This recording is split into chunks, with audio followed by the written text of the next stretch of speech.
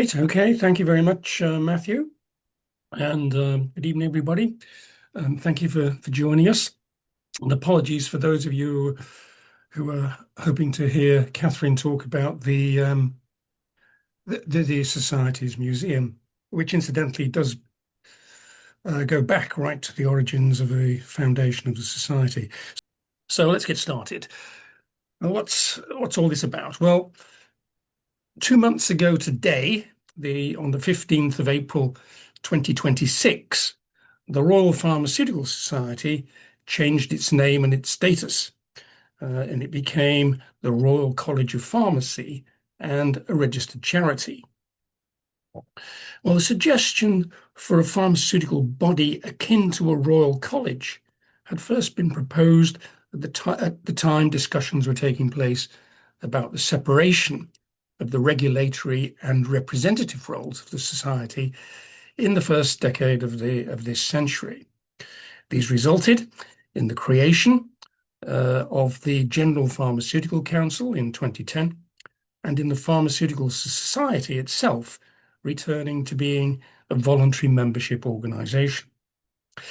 Yet the debate over what best to call the body representing pharmacists began even before the Society was founded in April 1841.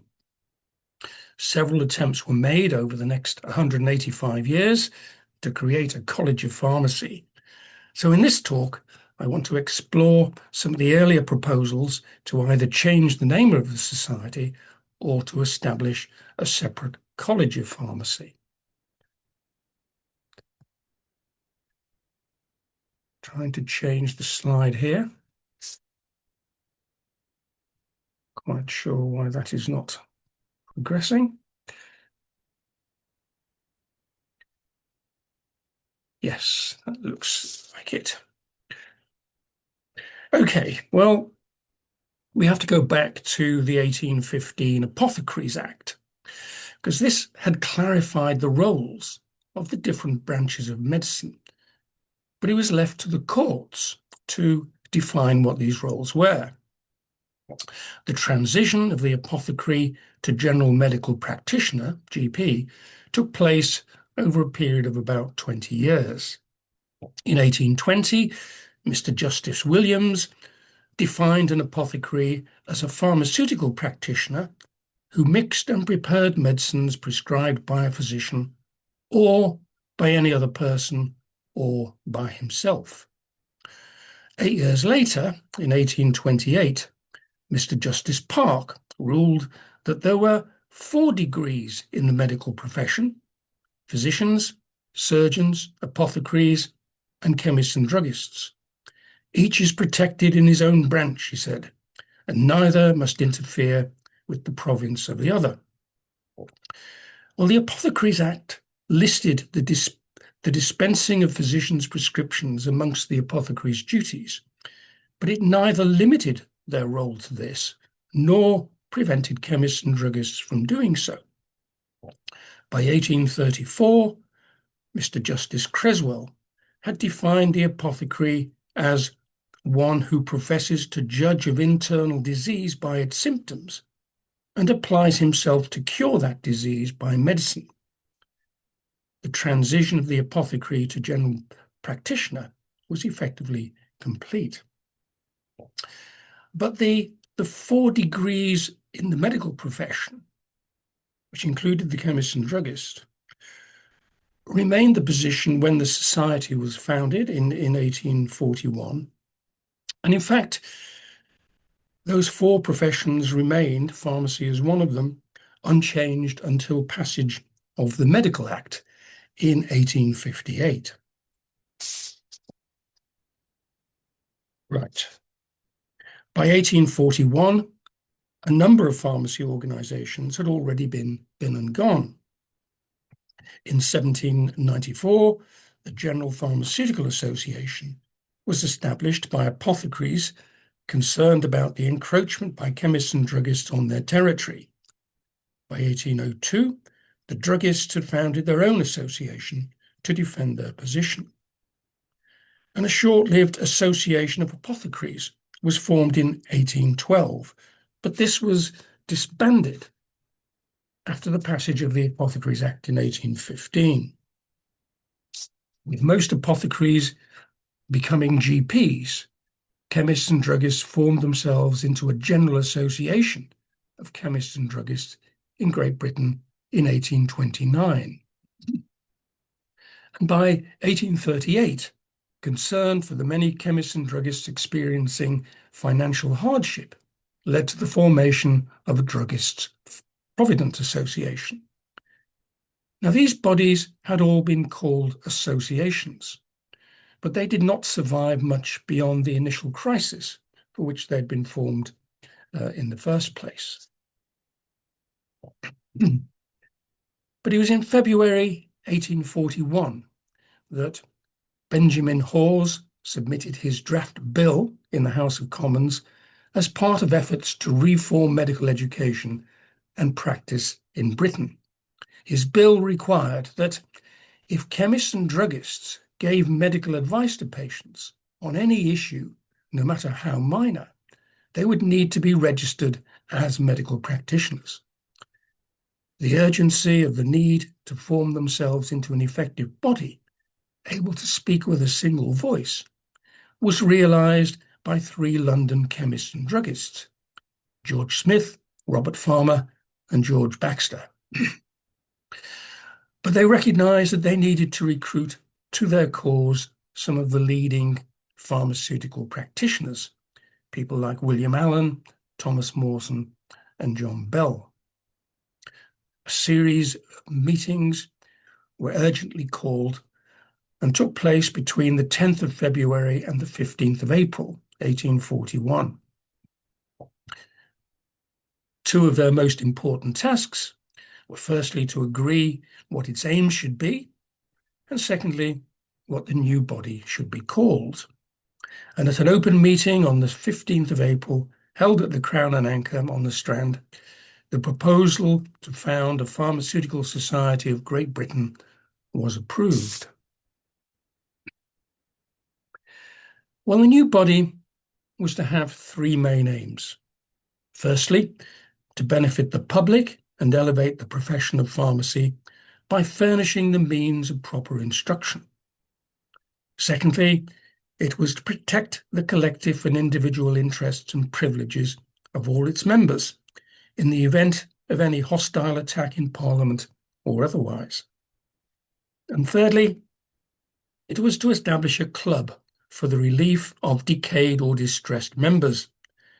In other words, they planned to deliver education up to qualification level, to lobby on behalf of pharmacists, and to serve as a trade union, but also to provide welfare services.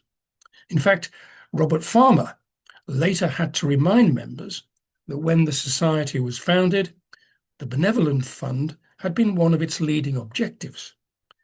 George Smith had been secretary of the Druggists' Provident Association, and indeed the 1843 Royal Charter included benevolence as one of the Society's main aims. Well, naming the new body generated lively discussion by the founding committee at the earliest stage in their proceedings. They did not want to use the name that had been used before, and previous bodies called associations had usually been short-lived. The word society, on the other hand, conveyed a sense of permanence for a new body. The Society of Apothecaries and the Royal Society were both long-established bodies, and indeed are both still very much around today. Jacob Bell, who became the leading founder of the Society, reflected on the names in the first issue of the Pharmaceutical Journal he edited in August 1841.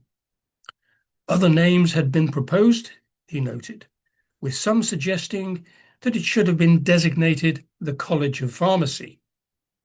But the committee had decided, quote, not to assume such a dignified name until they had established a character to correspond. But, he added, if it should please Her Majesty, that's Victoria, to grant our society a charter, we may hope to see it honoured with the title a college. Well, the arguments against calling it a college tell us much about how pharmacists saw themselves in the medical hierarchy at the time. Whilst being considered entirely appropriate to the society's aspirations, the title college was rejected as being too presumptuous. The word did not then signify an educational institution, Bell noted, but a community of persons devoted to common pursuits. The society's founders had in mind the College of Physicians and the College of Surgeons. These bodies, along with the Society of Apothecaries, were then the examining and qualifying authorities for the medical profession. The founders of the Pharmaceutical Society envisaged that their new body being the examining and qualifying authority for chemists and druggists. Several later regretted not calling it a college in the first place, and over the years, several attempts were made to either convert the Pharmaceutical Society into a college of pharmacy or to create a separate college. The founders' priority was education, and the society opened its own school of pharmacy just a year after its foundation in 1842. And a year later, in 1843, Queen Victoria did indeed grant the society a charter, but no attempt was made to change its title at that point. Well, the first attempt to either change the name or establish the separate College of Pharmacy was made in 1846, just 5 years after the Society's foundation. The matter was first discussed by the Society's council. Jacob Bell supported the idea of a College of Pharmacy and considered that the proper function of such a body was having authority to examine and register all future chemists and druggists.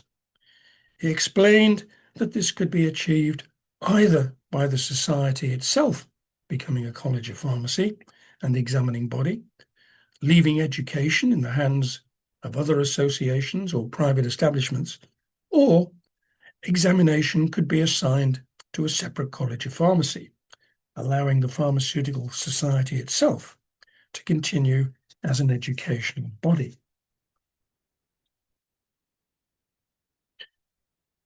Bell himself favoured the creation of a separate college.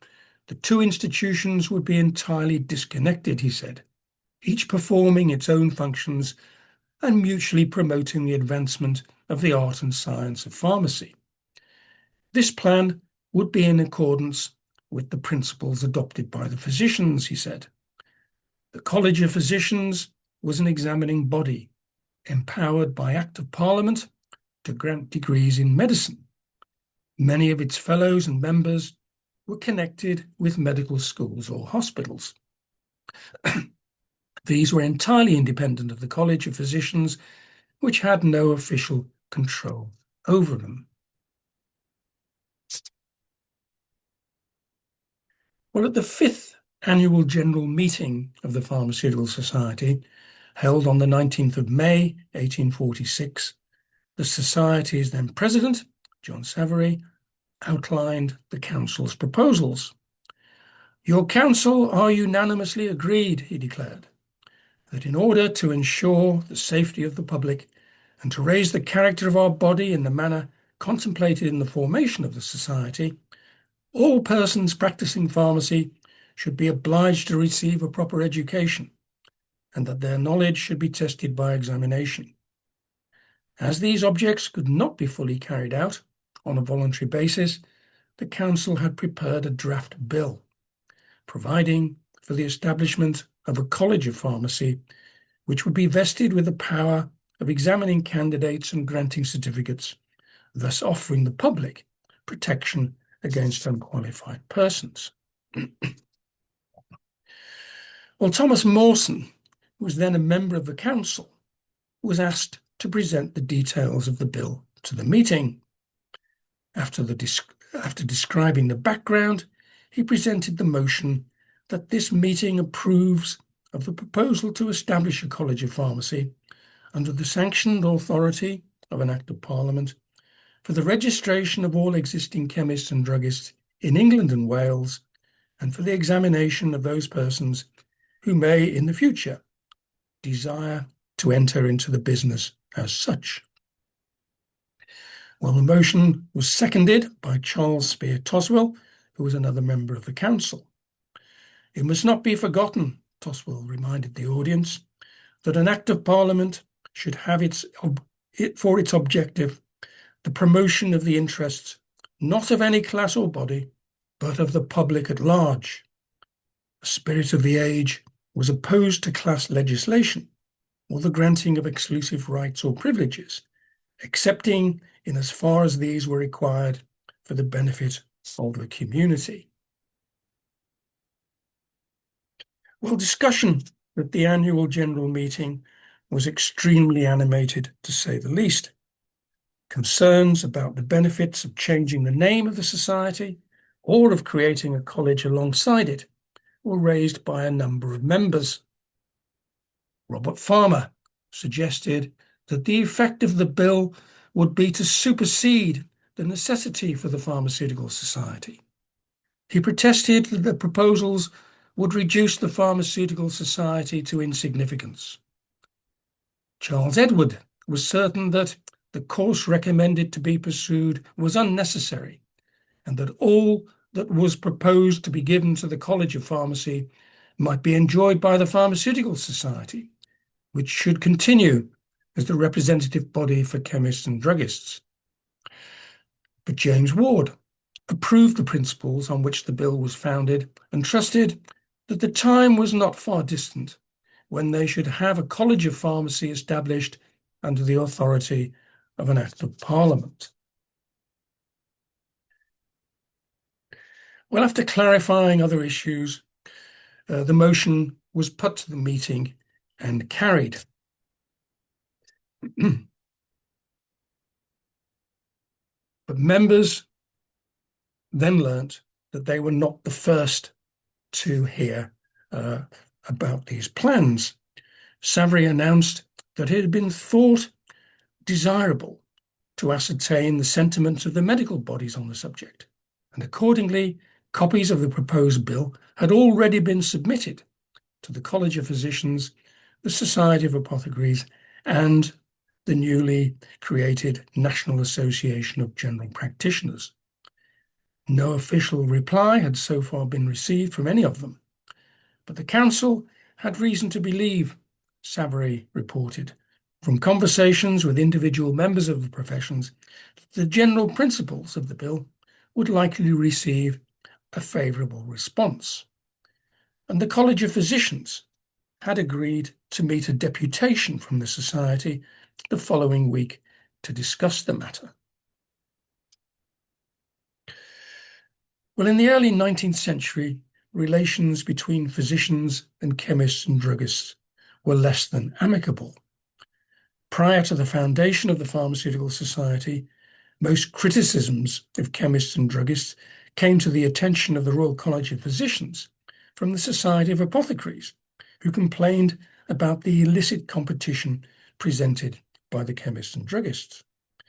But the college neither concerned itself with the complaints, nor took the trouble to look into them. In fact, when the Pharmaceutical Society was looking for somewhere to hold its meetings in 1841, it sent a deputation to the Royal College of Physicians to discuss the possibility of doing so. But the college declined to let its premises for a meeting of the new society on the grounds that to do so might set an inconvenient precedent. Well, the meeting between the Society's delegation and the Royal College of Physicians took place on the 20th of May, and it appears to have been inconclusive, for another meeting was arranged for the 19th of June. This time, the Society's delegation was strengthened by the addition of Daniel Hanbury, and a number of other members of the council. The Pharmaceutical Journal considered the meeting between the two bodies to have been highly important to our body. The sentiments expressed on that occasion, it said, coming from such high authority, demand our most serious attention and afford a satisfactory indication of the favourable sentiments entertained by that body with regard to the Society's plans. But the college's president, John Urton Paris, noted that the interview must not be considered an official meeting with the college. The college clearly had its own agenda, particularly with regard to those bodies which should be authorized to carry out examinations. Well, when the Society's council was preparing its plans, it was not envisaged that the College of Physicians might want to take an active part in the examination of pharmaceutical chemists. Yet Jacob Bell considered that this had always been an open question, and that the council was quite prepared for the proposal when it was made by the college. The physicians were, he thought, the natural allies of the chemists, and were keen to see the character and position of the pharmaceutical body raised. If the formation of a joint board of examiners should be eventually decided on, the machinery of the proposed bill must be in all respects modified, he said. The cooperation of the physicians would give increased importance to the board and their institutions. Well, when the newly established GPs, formerly the apothecaries, proposed forming a body of their own to represent their members, also in 1841, the Royal College of Physicians strongly objected to the proposed title of their body, which was the Royal College of Practitioners of Medicine, Surgery and Midwifery of England. They thought that the new body might be considered to be a college of medicine and something more. They were anxious that the proposed new college should not be able to conduct examinations, instead of being jointly examined along with the physicians and the surgeons. Such a move, they said, would blur the distinctions between the general practitioners and these two higher grades, the physicians and the surgeons. Eventually, they settled for the name National Association of General Practitioners. The Royal College of General Practitioners was eventually founded only in 1952, 115 years later.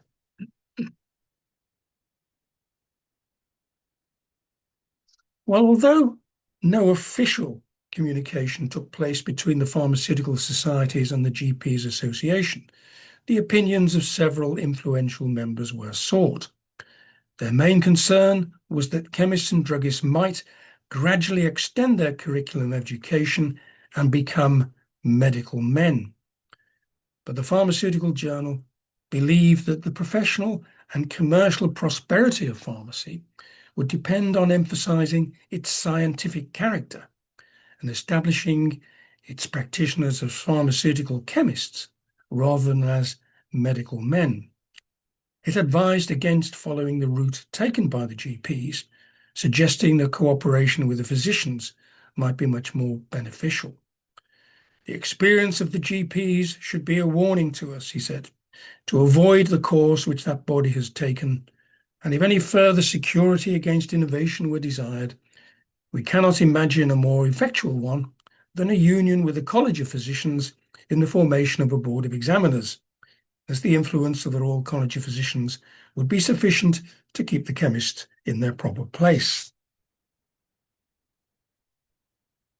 Well as the physicians and the GPs, the Society also consulted with the Society of Apothecaries. But in August 1846, that society complained that they'd never received a copy of the proposed bill. A copy was dispatched from the Pharmaceutical Society forthwith. But like the Royal College of Physicians, the Society of Apothecaries saw an opportunity to become the examining and registration body for the chemists and druggists. the 1815 Apothecaries Act had required the Society of Apothecaries to formalise a curriculum and appoint examiners. A court of electors had been appointed and examination regulations issued. By 1846, they had had over 30 years' experience of examining candidates and awarding qualifications. There was no need for the chemists and druggists to establish a separate college of pharmacy. The Society of Apothecaries could carry out the functions required for them.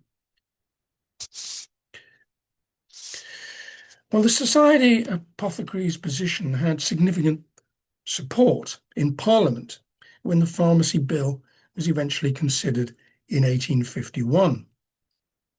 Joseph Hume, a member of the Royal College of Physicians of Surgeons of Edinburgh and London, noted that the government had enough difficulty handling the existing medical bodies for physicians, surgeons, and GPs without another one for the chemists and druggists. The responsibilities proposed for the Pharmaceutical Society should be the duty of the Apothecaries Company, he suggested. And he was supported by a number of MPs, including the Oxfordshire MP Joseph Henley. The Society of Apothecaries remained implacably hostile to the Pharmaceutical Society and mounted a broad-based assault on the bill. The fact that the public interest might be better served by having chemists and druggists examined was of little concern to the Society of Apothecaries. Well, the aim of establishing a separate college of pharmacy remained the Council's position throughout 1846 and 1847. But the status of bodies associated with medical activities remained uncertain pending wholesale medical reform. A Parliamentary Select Committee report on the state of medical education and qualification was published in 1847.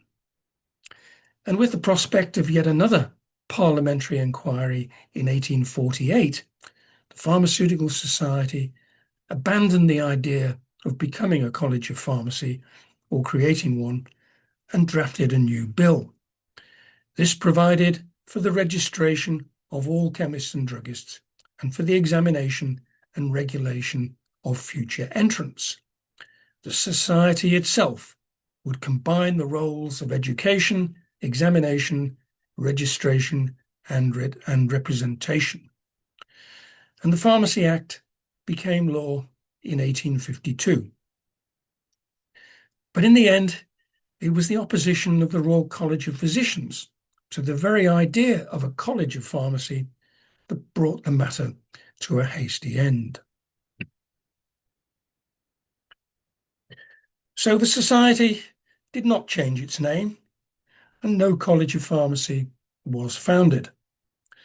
But over the course of the next 185 years, the society acquired a number of new aims and lost several others. It ceased to be an educational and examination body, and it became a registration and inspection authority.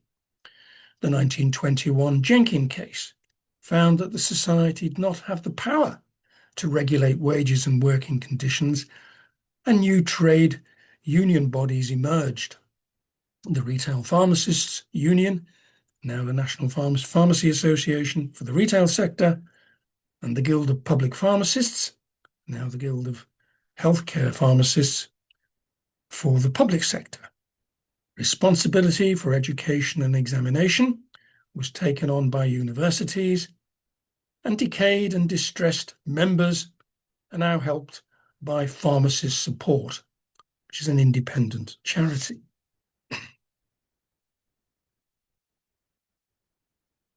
But in 1981, the Pharmaceutical Society did establish what it called its College of Pharmacy Practice. And the objectives were fivefold. They were to promote and maintain a high standard of practice, to achieve education and training in all pharmaceutical disciplines, to establish standards of vocational training, to advance knowledge of the application of pharmacy in healthcare, and to conduct research into the practice of pharmacy and to publish the results.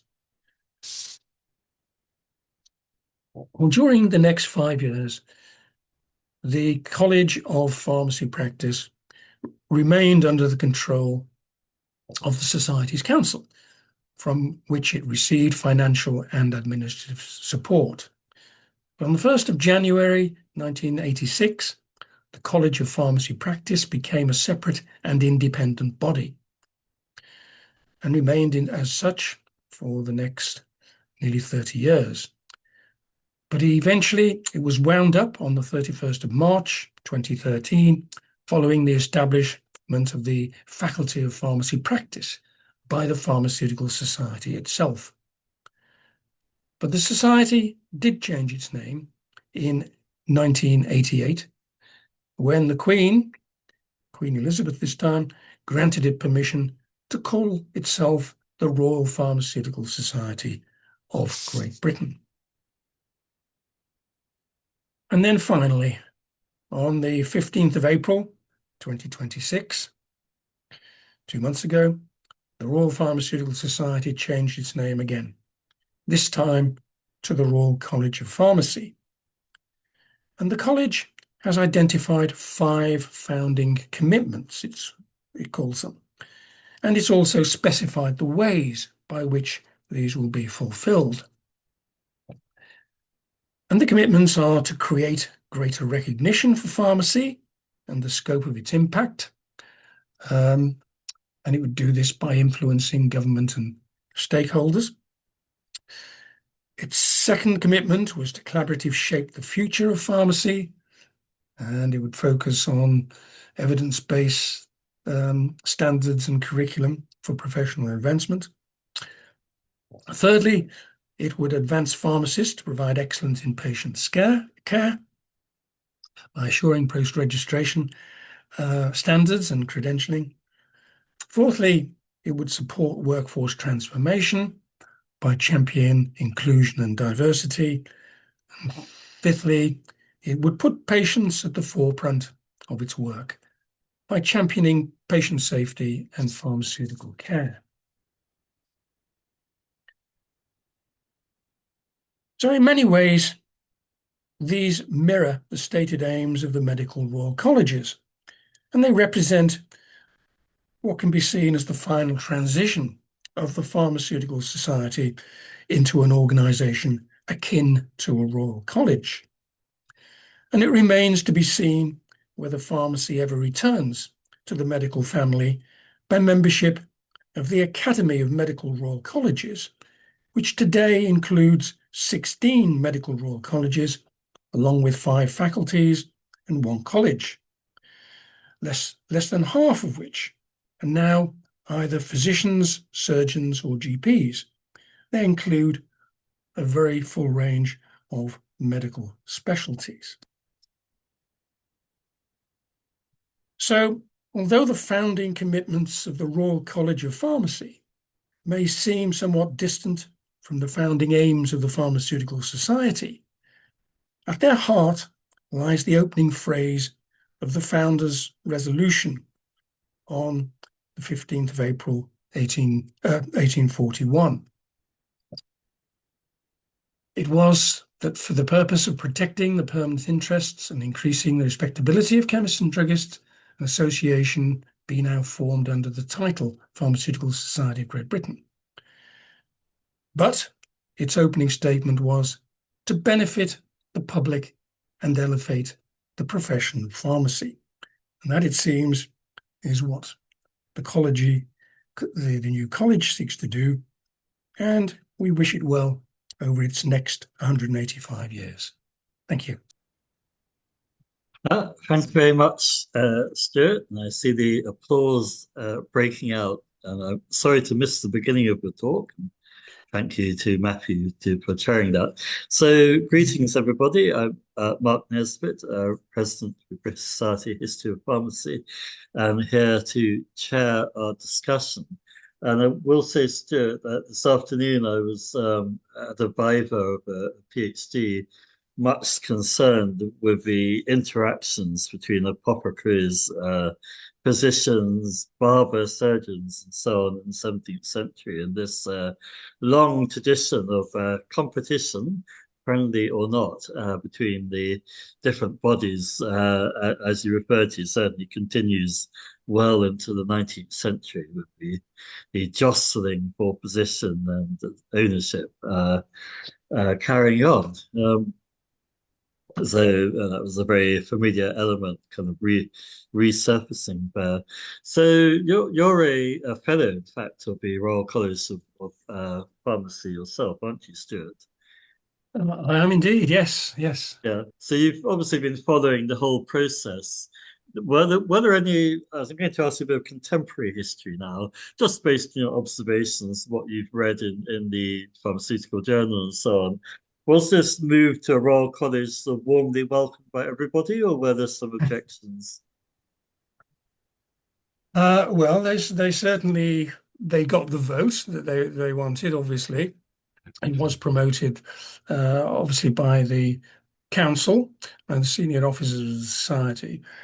But I am aware that there have been quite a lot of comments, you know, asking the same kind of questions really that were being asked in 1841.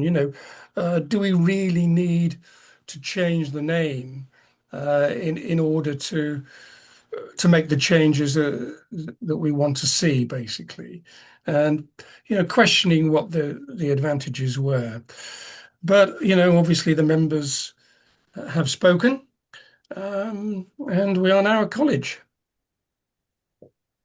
Yeah, I mean, I think as an outsider, I think there is something around the public standing, the alignment with public interest, perhaps, that comes from a college rather than a society, that position in the establishment, and of course, from the historical point of view, the fact that as the Pharmaceutical Society has always done, the colleges have shown a great commitment to medical heritage. So we certainly wish the college the very best for the future. And I wonder, Stuart, if you can stop sharing your presentation. And I can now see everybody. Feel free to turn your videos on if you like, everybody. And in terms of asking questions, either put something in the chat and I'll call you in, or put up your hand. But we have a question to start with. A question from John Wing. How far did Jacob Bell becoming an MP influence those early discussions? Well, Jacob Bell became an MP specifically, of course, to get the pharmacy bill through. And the reason he did that basically was that their attempts to persuade friendly MPs to do it for them were unsuccessful. So the only way of getting this pharmacy bill passed was for him himself to sit for Parliament, which he did. He became the MP for St Albans. So yeah, it was fundamental that he became an MP. If he'd not done so, it's very difficult to see how that pharmacy bill would have would have got through Parliament. Don't think it would. Mm.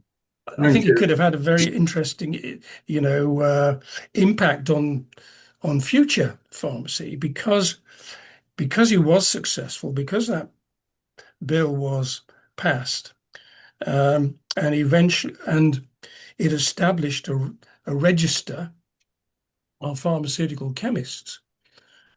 This was before there was any registers for doctors, Mm. basically.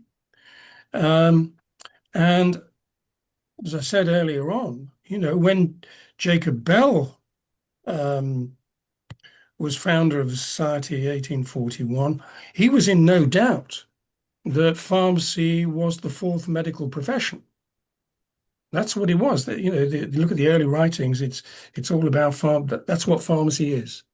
It's the Mm, fourth medical profession, and it's only because getting the pharmacy bill passed was successful that we have a register of pharmaceutical chemists, which predates all the medical registers. So when finally Parliament and the medical bodies agree to medical reform, it's taken most of the century to to achieve that in Britain.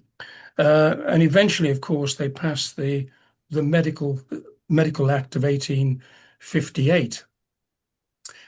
And it's only because the pharmacy already had a register established by statute that pharmacy was not the fourth medical register. mm, So the Medical Act 1858 is three registers. It's the surgeons, it's the physicians, and it's the GPs, but not the pharmacists because they jumped the gun because Jacob Bell was too anxious to push things through. mm. Yeah, thank you, Stuart. Thank you. Hmm. Now, any other questions?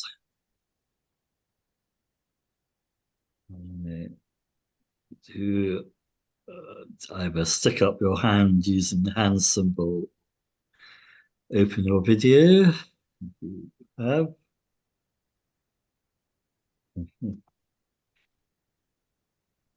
Just scanning my screen. Ah, yes, Chris, do feel free to unmute yourself and speak. Hello, everybody. Can't seem to get the video to work. I think you've got it muted at the moment, the video. Hello, Stuart. Thanks very much for a great talk. I'm quite puzzled by the fact that it took so long for the society as a trade union and as a regulator to become separate. Those two roles seem to me to have always been rather not really appropriate. And I wonder why it persisted for so long. I can't remember the year that the two roles were separated, but it wasn't very long ago. And I'm very puzzled about why it took so long for the powers that be to separate those two roles. Can you elucidate on that? Well, I mean, I think the system that we had seemed to be working very well and in the public interest. I mean, obviously, the Pharmaceutical Society in the second half of the 20th century was both the representative body and the regulator. It maintained the register. You know, the task of establishing the register goes back to the Pharmacy Act 1852. And the secretary of the society became the secretary and registrar from that date, and it remained that way throughout the 20th century. It did lose, of course, a lot of its functions over the years, as we've heard, and the most critical one was, the society had to rethink its role basically in the 1920s with the Jenkin case. When it was told actually you don't have the powers to act as a trade union or whatever. So what if it's not that? What is it? And that's effectively when it sought further registration with the Pharmacy Act, which is 1933, and that's the date from which membership of the society and registration as a pharmacist become synonymous. You know, until 1933, you didn't have to be a member of the Pharmaceutical Society.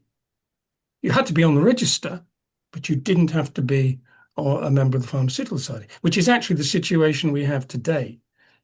I mean, I'm a fellow of the Royal College of Pharmacy. I am not registered with the General Pharmaceutical Council. And, the reason, Chris, it's, you will know as well as I do, I'm sure, why it eventually had to separate those functions was in the light of the Shipman case, basically. And that drew attention to, what professional bodies were doing and whether it was appropriate for professional bodies to have this dual role. And clearly the government decided that it didn't. That the split actually happens in 2010. That's when the General Pharmaceutical Council is founded. You then have to be a member of that. And of course, that's very much the medical model. That was akin to the General Medical Council, and the Pharmaceutical Society reverted to being a voluntary body again. And that's the position we have today. So it did take a long time, but I think the short answer is, people thought it worked all right, so why bother to change it, basically? Thanks. Until Shipman. Yeah. Great. Any more questions? Last call, because otherwise I will wrap up by thanking Stuart very much for that very timely talk, for quite a major moment for the pharmaceutical profession in the UK. Great to see a good audience for that. And just to remind you, so we will reschedule Catherine's talk on the museum. And we'll have a think about when to do that, but probably not over the summer holidays, which are rapidly approaching. But we will certainly see you on Monday, the 19th of October at 6:30. Kathleen Cruz Gutierrez. Oh, I think a really interesting question looking overseas this time, medicinal plants, nationhood, and the post-war Philippines, and the fascinating question of what happens to medicinal plants in tropical countries in the 20th century. A very different trajectory, I think, to the UK. But thank you very much, Stuart, again for speaking, and everybody else for attending. And good evening.